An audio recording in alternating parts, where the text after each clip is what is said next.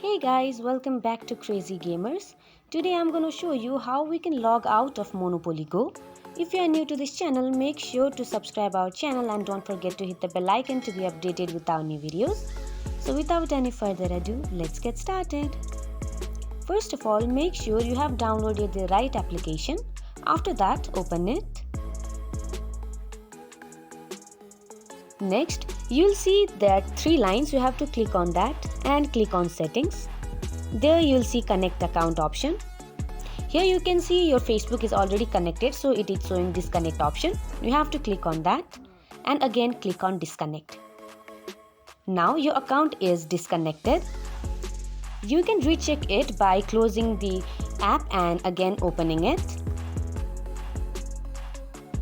Here you will see play with friends option. So this is how you log out of Monopoly Go. I hope you find this video helpful.